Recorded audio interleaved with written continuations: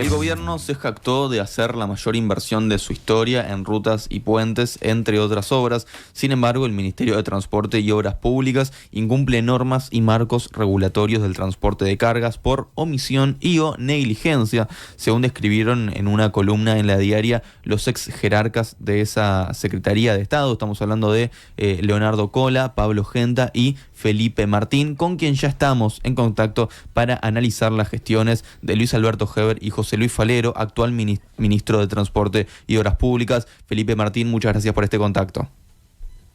Un abrazo a ustedes, buenos días. Felipe, ¿qué balance hacen de la gestión de quienes estuvieron al frente del Ministerio de Transporte y Obras Públicas, tanto Heber como Falero? Bueno, el balance todavía queda un tiempo, digamos, para culminar la gestión. Pero nosotros señalábamos en esta nota estos aspectos porque lo que se advierte en el Ministerio de Transporte es un gran déficit en materia de política de transporte. En primer lugar, porque todos los esfuerzos que se llevaron adelante y del cual nosotros fuimos continuadores en la formalización, profesionalización y trazabilidad de las cargas desde el año 2001 en adelante, prácticamente se han visto detenidas, suspendidas y en algunos casos hasta abandonadas. En un área en donde justamente el Ministerio se ha jactado de una inversión tan importante en materia de rutas, pero que no tiene una contrapartida de control del cuidado de las mismas cuando, por ejemplo, se baja la guardia en lo que tiene que ver con el sistema de pesajes. O sea, todo esto surge a raíz de una resolución firmada el 5 de abril en el que se señala que desde el año 22 hasta la fecha se ha venido sosteniendo una campaña de concientización para advertir sobre las necesidades del sistema de pesaje, algo que indudablemente es incomprensible porque la historia de la Dirección de Transporte se puede hacer coincidir con el funcionamiento de uno de los aspectos más importantes de su tarea regulatoria, como es el de la preservación de la infraestructura vial a través del cuidado de las cargas que circulan por las carreteras. Pero fíjense que el sistema de pesaje que data hace muchos años, que comenzó siendo en forma estática, o sea, con vehículos detenidos, y se pasó, digamos, a partir del año 86 a un mecanismo de funcionamiento en movimiento, o sea, para justamente no generar detenciones en la propia ruta, y que se desarrolló a lo largo del país con una tecnología que fue catalogada por el propio Banco Interamericano de Desarrollo como de las más importantes a nivel regional y de Latinoamérica. Hace ya muchos años que está en funcionamiento y no se explica cuál es la razón que generaría volver a insistir en la necesidad de los que vehículos se estén a pesar. O sea, esto nunca ha sido un elemento de discusión con el sector. Y que la campaña tampoco fue objeto de ningún tipo de conocimiento por parte de los camioneros. Más bien aparece como una forma de vestir la resolución a algo que haya existido, porque no hay resolución fundada que haya de alguna manera marcado la necesidad de esta campaña de concientización, ni tampoco medios audiovisuales o gráficos que documentaran de que se estaba llevando adelante. Es más, hasta consultado el sector, la propia ITPC, que es la Intergremial de Transporte, señala que no tenía conocimiento. Por lo tanto, creo que este es un factor distorsionante, sumado al hecho de que no hay mecanismos de control que hayan buscado sustituir por lo menos el que estaba en implementación, como el integral de control de carga, más conocido como el CITRAC, y que por lo tanto hoy el Ministerio no tiene cómo saber, incluso de esas cerca de 30.000 no entradas a las balanzas, cómo se distribuye por rubro esa carga. Felipe, ahora justamente hablas de 30.000 cuestiones que se pasarían por alto, ¿no? Y hablabas, bueno, de esta campaña de concientización, pero ustedes marcan en paralelo en este artículo que lo que existen son irregularidades, incumplimiento de las normas. ¿Cuáles son esos incumplimientos? O sea, ¿qué es lo que el Ministerio no está controlando? Y bueno, en primer lugar, no están controlando de que los vehículos que no ingresan a pesar sean infraccionados. ¿Por qué digo esto? Porque el sistema de balanzas cuenta con un mecanismo, un desarrollo de un software, que aquellos vehículos que no entran son inmediatamente detectados por un sistema de cámaras. Bueno, eso no se puede considerar una falta leve, porque ustedes fíjense que ahí nosotros mismos en el artículo señalamos que del propio anuario estadístico publicado por el Ministerio en el año 2023, hay cerca de 4 millones de intervenciones que se las realizaron a los vehículos en un año para controlar su peso en las rutas nacionales, en las 34 balanzas que tiene el Ministerio en todo el país. De eso se detectaron 434.000 que estaban por encima de los pesos autorizados, pero aplicadas las tolerancias, porque el sistema tiene establecido un mecanismo de tolerancia vinculado a los pesos por eje o el peso bruto total, solamente cerca de 15.000 vehículos fueron infraccionados. O sea, lo cual quiere decir que hay una tasa de respeto muy alta y muy importante, que está por encima del 99% de quienes circulan en las rutas. Pero además ahí entiendo que son dos problemas, ¿no? Por un lado los que tienen la sobrecarga y por otro lado, como decís, los que directamente no pasan por el control. Claro, o sea, por el control pasan porque igualmente son detectados. Claro, pero decís que la infracción es muy leve. No son infraccionados. Uh-huh. Y no puede considerarse falta leve, uh-huh, porque nunca fue considerada una falta leve quien incumple la normativa de ir con carga y no entrar a balanza cuando los propios semáforos le están indicando que tiene que ingresar. Bueno, este es un gran déficit vinculado a todo lo que tiene que ver con la profesionalización de la actividad del sector, que no solamente contó con el hecho de que se anulara el SITRAC, sino que también se anula el órgano de control creado, digamos, por la propia Ley de Registro de Transporte Profesional del año 2001, sino que también se elimina el sistema de control integral de las cargas. Quiere decir que en estos momentos el Ministerio está absolutamente huérfano de todo tipo de información para poder clasificar la circulación de las cargas que tiene a través de las rutas nacionales. Ahora, teniendo en cuenta la incidencia del narcotráfico en la región y también en el país, que se disminuyan estos controles, ¿puede favorecer justamente a los narcotraficantes a que puedan, pasear droga por las rutas sin que nadie lo note? Bueno, esa no es una misión específica del Ministerio. El Ministerio simplemente tiene la facultad de controlar las condiciones en que son transportadas las personas y las cargas.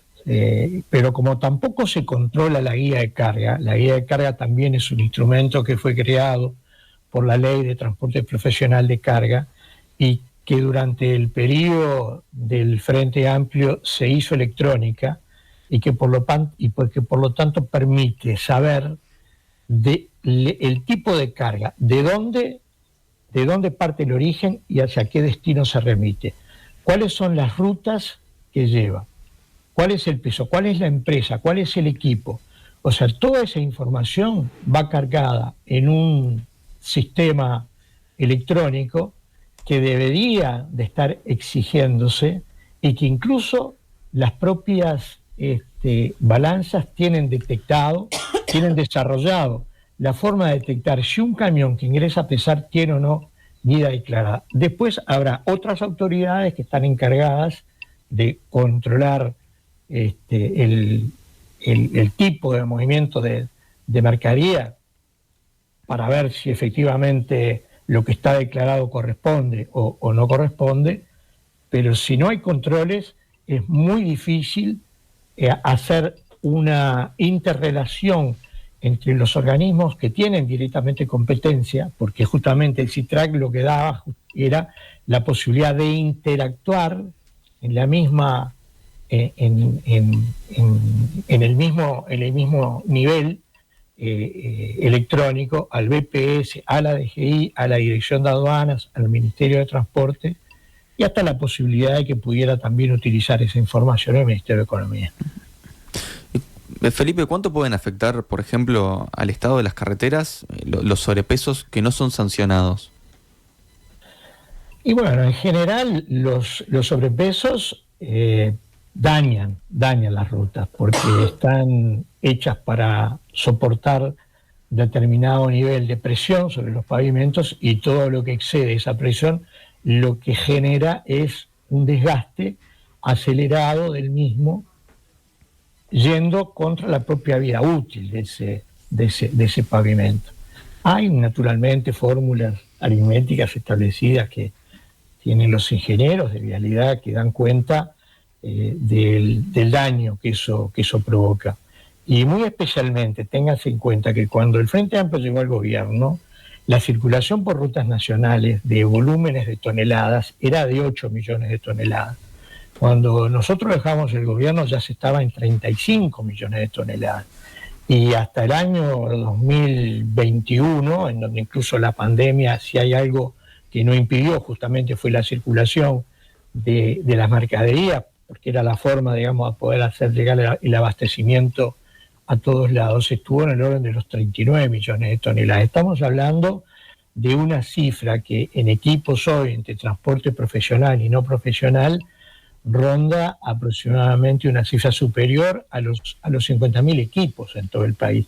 Quiere decir que si a todo ello no se controlan los pesos máximos autorizados, lo que se está afectando es la vida útil de los pavimentos, que es uno de los presupuestos más importantes que tiene, entre otras cosas, la Administración Central para hacer frente, digamos, al mantenimiento de la infraestructura. Y estas irregularidades de las que estamos hablando, ¿no? Bueno, la cantidad de cosas que no se sancionan o que tienen estas sanciones muy leves, en definitiva, ¿quiénes se benefician más, ¿no? de esta falta de marcos regulatorios o de incumplimientos? ¿Son las empresas transportistas en las que ahí Falero también forma parte? A ver, en primer lugar, el que se ve afectado es el Estado uruguayo, que es el que hace los desembolsos para mantener la infraestructura. O sea que ahí lo que hay que buscar directamente es el responsable de controlar, y no quienes se benefician de que los controles sean laxos o que no existan los controles. De todas maneras... Es interesante saber ambas partes, ¿no? Porque está bien, el Estado es el omiso, pero siempre hay que ver a quién está beneficiando. No, natural, siempre tras de eso se benefician los que de alguna manera, al no cumplir con las normas, directamente lo que hacen es horadar la infraestructura. Pero yo creo que acá lo que hay que poner énfasis es en el papel regulador que tiene el Ministerio, que lo ha ido abandonando. Y lo ha ido abandonando justamente en un tiempo en donde al frente del Ministerio se desempeña un ministro que proviene del sector, lo cual lo hace doblemente responsable, porque no solamente no controla lo que tiene que ver con la aplicación de las normas para defender la infraestructura, sino que también derogó un sistema de control integral en donde incluso después le pidieron al BID que hiciera un estudio para ver cuál era el nivel de informalidad, que se hizo sobre la base de un muestreo de 2.500 empresas, cuando en realidad el total de empresas registradas en el Ministerio son unas 5.000, pero bueno, esa es la información que lograron obtener por parte de la Dirección General Impositiva, y dio en el orden de los 100 millones de dólares. No se ha hecho nada desde que se tiene conocimiento de esa documentación fehaciente que aportó el Banco Interamericano de Desarrollo, que no es el total de lo que se evade, porque acá se cree que lo que se evade es lo que de alguna manera puede, en forma de travesura, llevar adelante el camionero no declarando o no pagando alguna de las obligaciones que tiene. Acá la que evade más es la carga misma, o sea, en quienes generan esa carga, en los que incluso presionan al camionero para tratar de que no les facture, porque de alguna manera con eso lo que tratan es de evadir. Justamente el sistema integral de control lo que buscaba era integrar todos los organismos del Estado, en donde justamente se ha hablado que muchas veces el Estado parece autista porque tiene la información y no la comparte. Bueno, acá en la propia banda ancha, de la información de AGESIC, de la que de alguna manera transita por todos los ministerios, se pudiera trabajar en la coordinación de las mismas para poder ir a un mejor control de todo lo que tiene que ver con el cumplimiento de las normas. Pero bueno, esto se ha eludido, se ha evitado y tenemos una situación de un enorme desorden que en última instancia quien lo va a terminar pagando es el Estado uruguayo. Pensando en esto de pagando, ¿de cuánto pueden llegar a ser la afectación económica para el Estado? Y bueno, la afectación económica tiene que ver con los desembolsos que representa ser el costo de la construcción o reparación de las carreteras, que es muy alta. O sea, estamos hablando de muchos millones de dólares que hay que tratar de cuidar para que efectivamente esos desembolsos y esas inversiones cumplan con los tiempos para los cuales fueron destinados.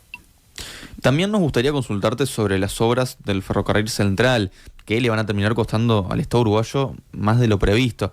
Desde el gobierno señalan sobrecostos que pueden ascender a casi 700 millones de dólares y responsabilizan de ello a costos no previstos por el gobierno anterior. ¿Esa cifra es correcta? Y si es así, ¿cómo se explica que no se hayan incluido estos costos? A ver, acá siempre hay un convidado de piedra que es cuando no se asumen la responsabilidad, la culpa siempre la tiene otro. Y naturalmente siempre le van a pasar las cuentas al Frente Amplio. Yo escuchaba recién la entrevista que le estaban haciendo a Fernando Pereira, que sé que si hay algo que tiene el Partido Nacional es que tiene un enorme complejo, digamos, de no sé si es culpa de inferioridad, pero siempre le termina echando las culpas al Frente Amplio. O sea, la obra del ferrocarril central es una obra muy importante, pero muy importante. Como todas las obras importantes y concebida en el tiempo que desarrolló, tuvo un nivel de proyección hasta el momento en que el Frente Amplio dejó el gobierno. Pero otras decisiones que hubo que tomar y aprobar en cuanto al proyecto de ejecución se hicieron en el periodo de ejercicio de este gobierno. Y todas las negociaciones que incluyeron modificaciones, pongo algunos ejemplos, los ha señalado, digamos, el propio ministro Rossi, que tiene más autoridad porque trabajó directamente desde el principio hasta el final en este tema. Pero, por ejemplo, lo del puente de Durazno, sobre el río G. Eso no solamente demoró los tiempos de ejecución, sino que además encareció notoriamente todo lo que tiene que ver con la obra. Y otros ajustes que se le hicieron, porque sobre la marcha el proyecto ejecutivo va teniendo una cantidad de imponderables, o sea, se fueron agregando, y todo eso fue de alguna manera aumentando los costos. Después, todo lo que tiene que ver con los grados de incumplimiento en los tiempos, lo que pueden ser las multas, los recargos, bueno, eso será objeto de toda una discusión en el plano jurídico, a ver en cuánto terminan siendo los números definitivos.